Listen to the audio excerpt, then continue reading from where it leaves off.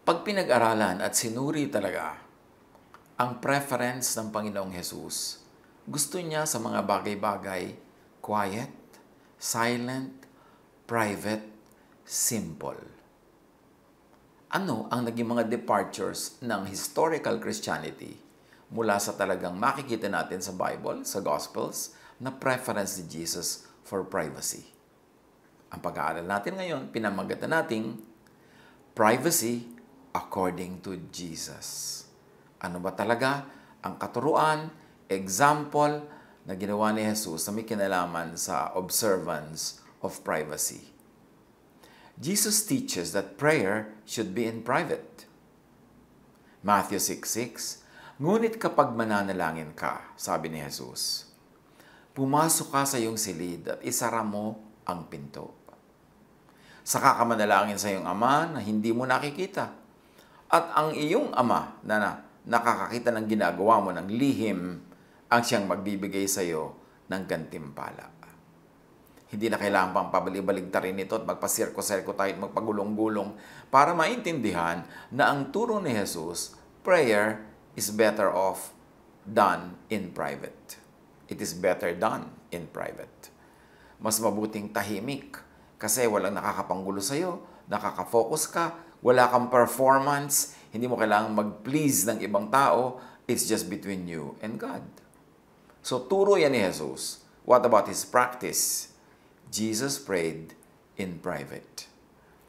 May konting-konting incidents na nag-pray siya in public kasi kailangan dahil nandun na yung incident, nandun na yung pangyayari. Pero tuwing nakakapili siya, ang pinipili niyang ay manalangin mag-isa. Matthew 14:13, nang marinig ni Jesus ang pagkamatay ni Juan, sumakay siya sa isang bangka at pumunta sa isang lugar na walang tao. Ngunit nang mabalitaan naman yun ng mga tao, sila'y naglakad papalabas sa kanilang bayan at sinundan si Jesus. Gustong-gusto na nga ni Jesus na manalangin mag-isa, mag-isip mag-isa, mapag-isa, but the people wouldn't let him. Sinusundan-sundan pa siya, and they were intruding into his privacy, invading his privacy. Matthew 14:23, matapos niyang paalisin ang mga ito, mag-isa siyang umakyat sa bundok upang manalangin. Nag-iisa siyang inabutan doon ng gabi. So, ang mga tao pinalis niya, matapos niyang tapusing paglingkuran sila, at mag-isa siyang naiwan. Umakyat pa sa bundok, mas lumayo-layo pa, upang manalangin. At inabot na siya doon ng gabi. Jesus teaches that solving interpersonal conflict should be private as possible. Matthew 18:15-17, kung magkasala sa iyo ang kapatid mo, puntahan mo siya at kausapin ang sarilinan tungkol sa kanyang kamalian. Kapag nakinig siya sa iyo, naibalik mo na ang inyong pagsasamahan bilang magkapatid. Ngunit, kung ayaw niyang makinig sa iyo, magsama ka pa ng isa o dalawang tao upang ang lahat ng pinag-usapan ninyo ay mapatunayan ng 2 o 3 saksi. Kung ayaw niyang makinig sa kanila, sabihin mo sa iglesia ang nangyari. At kung ayaw pa rin niyang makinig sa iglesia, ituring mo siyang parang hentil o isang maniningil ng buwis. Merong mahalagang maunawa dito sa teaching na ito ni Jesus. Ang setting, church. Pag daw na-offend ka o may kasalanan sa iyo ang isang kapatid, kausapin mo siya sarilinan, kayo lang 2. Hindi mo siya pag-uusapan kasama ang ibang tao. Hindi mo ikakalat sa iba ang nangyayari. Ang pupuntahan mo mismo, yung sa tingin mo ay nakakagawa sa iyo ng mali. Kayo lang 2, mapag-isa kayo. Pagka daw naayos na yun, edi ayos na, sarado na, tapos na, ilibing na ang kwento. Pero pag hindi pa rin daw siya nakinig sa iyo, magdala ka pa ng isang taong saksi, tutulong sa iyo. At kung ayaw pa rin makinig sa inyong 2, 3 na kayo. At kung ayaw, sabihin daw sa church. Anong pinagkaiba ng church na tinutukoy dito ni Jesus sa church ngayon? Ang mga churches noon ay home churches, house churches. Ang miyembro ng church ay miyembro ng the same household. Maaring ito ay nuclear family, tatay, nanay, magkakapatid, o extended family, merong tiya, may tiyo, may lolo, may lola, may pinsan, pwedeng ganon. isang compound halimbawa kayo na magkakasama sa hanap buhay, sa trabaho, kung ano man ang trade nyo, kung carpenter kayo, kung kayo ay farmer, kung kayo ay gumagawa ng fabric, isang compound kayo yung church. Anong pinagkaiba nun sa ngayon? Kasi sabi, pag hindi nakinig sa'yo, magsama ka ng isa o dalawa. Kasi kung ano man yung iskandalo na yon, kung ano man ang problema na yon, kung ano man yung ginagawang kasalanan sa'yo, hindi yung lalabas ng pamilya kasi ang isasama mong saksi, ang isasama mong kakausap sa kanya ay member din of the same household.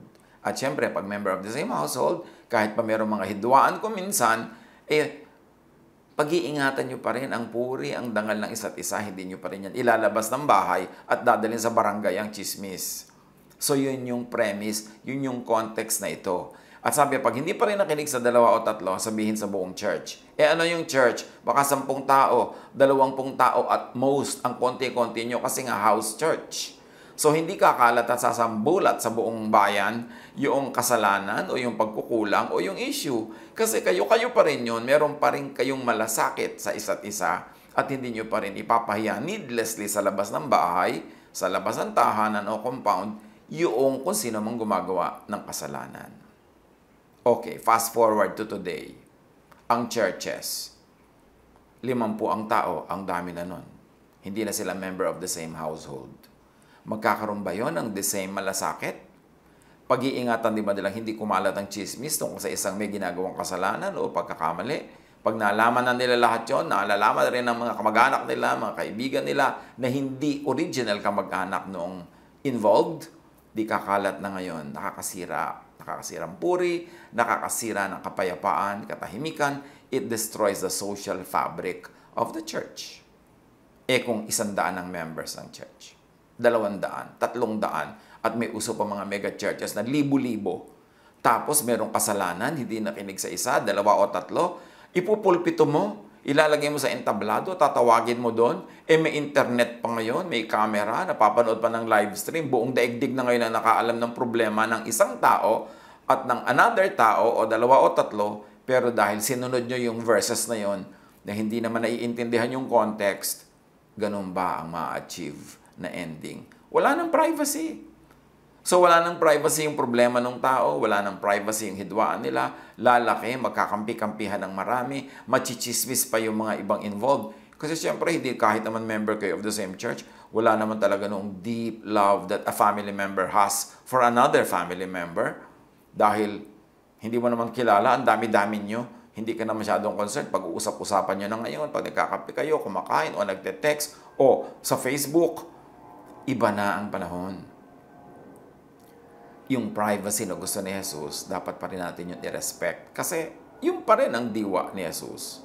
At yung church noon, konti lang, family, hindi mega, hindi iba-ibang pamilya at iba-ibang lahit, iba-ibang linguistic groups ang nandun, na wala na silang ganong close affinity para pag malasakitan yung mga involved sa problem at sila ay huwag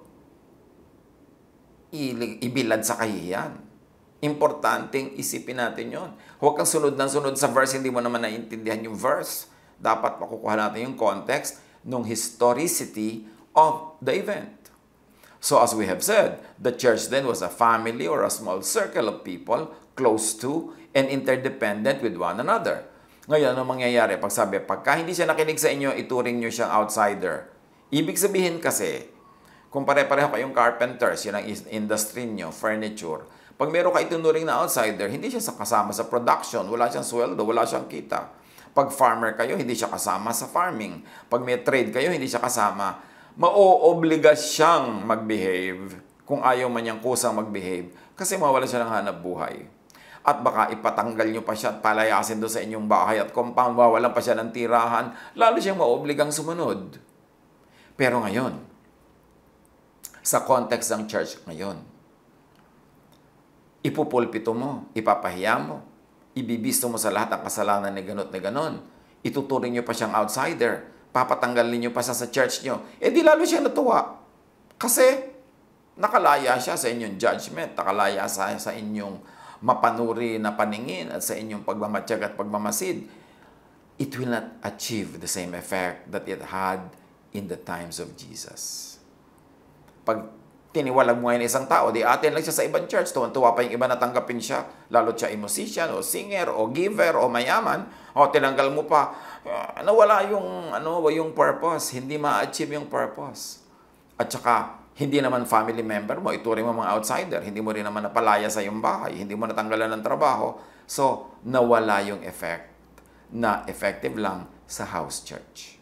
So pag-isip-isipan natin, bago tayo nag-a-apply ng mga verses na in the end nagiging cruel tayo, nasisira yung privacy ng tao, nabibisto ang kanyang mga private lives na hindi naman kailangan ibuyang-yang sa lahat ng taong hindi involved. Pagka hindi sila involved in the commitment of whatever crime people consider to be criminal, edi dapat yun lang involved ang makasali sa usapan kasi stakeholders sila. Little knowledge of Scripture, little knowledge of its historical and cultural background can lead to very erroneous interpretations and even cruel applications. Si Jesus, mahalaga sa kanya ang privacy, mahalaga sa kanya yung dangal, puri, katahimikan at kapayapaan ng individuals. Jesus teaches that those receiving miracles should keep quiet about it.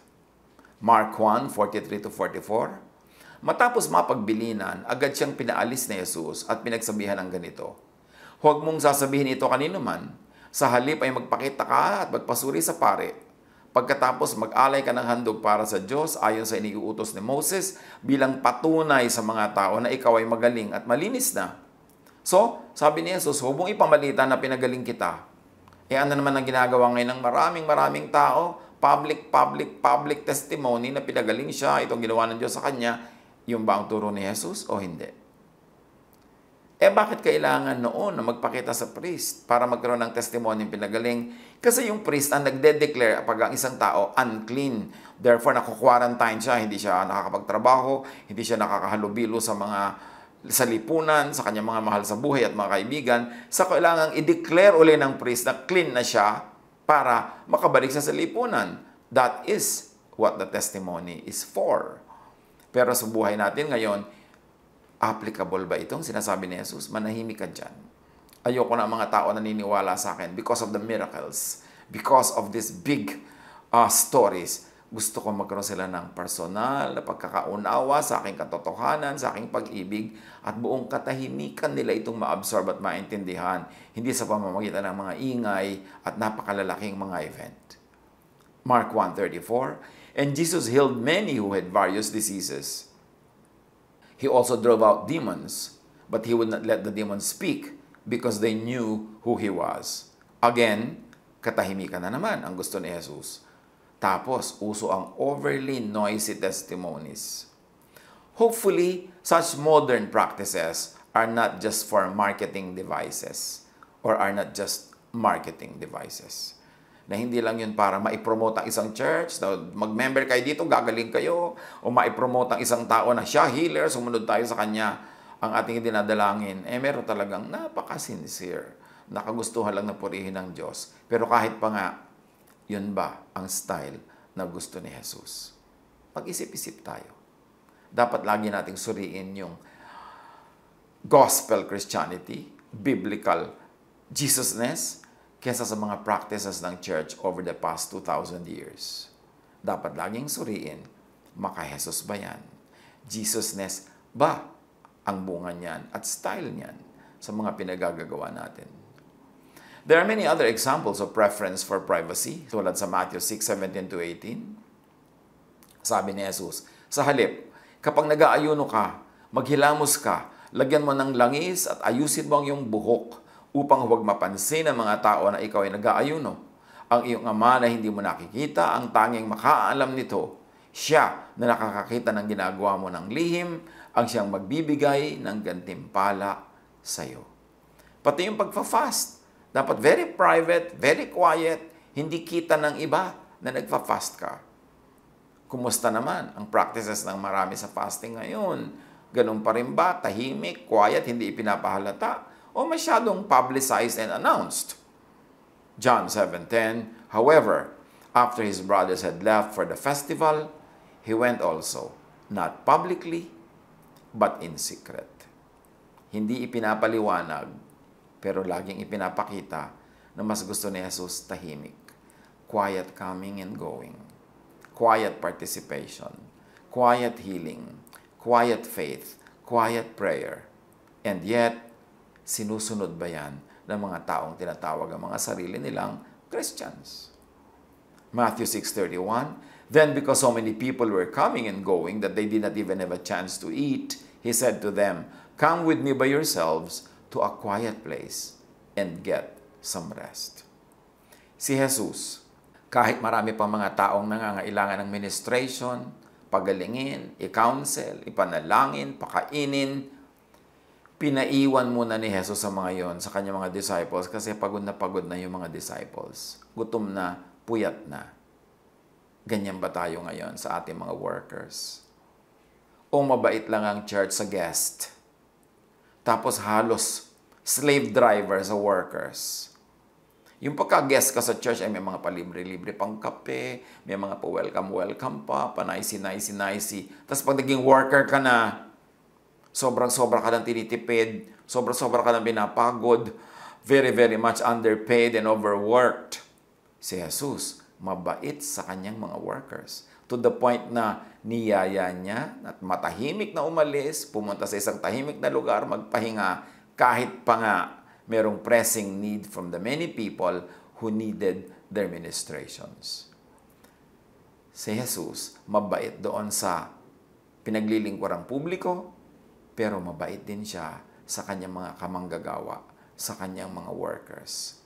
Gaano natin masasabi sa church workers ang ganyang katotohanan? Mabait ba ang church sa church workers? O mabait lang sa bisita para ma-attract, mag-join? At pag naging member na siya, lagot na siya dahil trap na siya, nando na siya. Ganun ba? Nawa, katulad tayo ni Jesus lagi. Kasi sinasabi natin, tayo ay Christian. Pag Christian ka, dapat punong-puno ka ng Jesusness. Hindi Mosesness, hindi lang Paulness or Peterness o kung ano mang ness yan. Kasi mga tao lang sila at maaaring merong mga sistema na hindi sang-ayon sa pamamaraan ni Jesus. Kaya laging suriin ang pamamaraan ng lahat ng religious teachers, religious groups, and churches sa lain kay Jesus. After all, Jesus is the measure of all things, and in Him all things hold together and should hold together. Mark 8:29-30. Ngunit kayo naman, ano ang sinasabi niyo kung sino ako? Tanong ni Jesus sa kanyang mga disciples. Sumagot si Pedro, kayo po ang Kristo. Huwag ninyong sasabihin kanino man kung sino ako. Mahigpit na utos niya sa kanila. So ang style ni Jesus hindi maingay, hindi loud, tahimik. Dahil merong himala na nangyayari sa tahimik na approach, sa tahimik na pamamaraan, tahimik na pag-iisip, tahimik na pananalangin. Mark 9:28, after Jesus had gone indoors, his disciples asked him privately, why couldn't we drive it out? So, na-absorb na rin ng mga disciples yung style ni Jesus to the point na meron silang tanong, hinintayin nilang mapag-isa sila, sinundan nila si Jesus, at nung nag-iisa na sila, doon nila tinanong, sarilinan. Hindi lahat ng bagay dapat maingay. Mark 9:9, as they were going down the mountain, Jesus gave them orders not to tell anyone what they had seen until the Son of Man had risen from the dead. So pati ang pagkukwento tungkol sa mga kababalaghan, mga himala, at kung ano-ano pang magagandang bagay, may tamang time. Hindi lahat ng time is a good time to tell spiritual things and truths to many people. So from the gentle, quiet, simple work of Jesus that focused on personal, inner self-growth, some Christianities had evolved to be very public, loud, aggressive, outward, performance-crazed, frenetic. Ang pinagmulan ng pananampalataya si Jesus, ang paniwalang kanyang ginawa, punong-puno ng katahimikan, punong-puno ng privacy, punong-puno ng inner work of the Spirit. Pero over time, ang mga kalipunan na tumatawag sa kanilang mga sarili na Christians ay naging masyadong mahilig sa publicity, maingay, masyadong mga aggressive, at masyadong punong-puno ng performance at nakakapagod ang maraming ginagawa. Review the privacy quotient of your spirituality. Si Jesus ayaw niya nung talagang ginagawa for public consumption.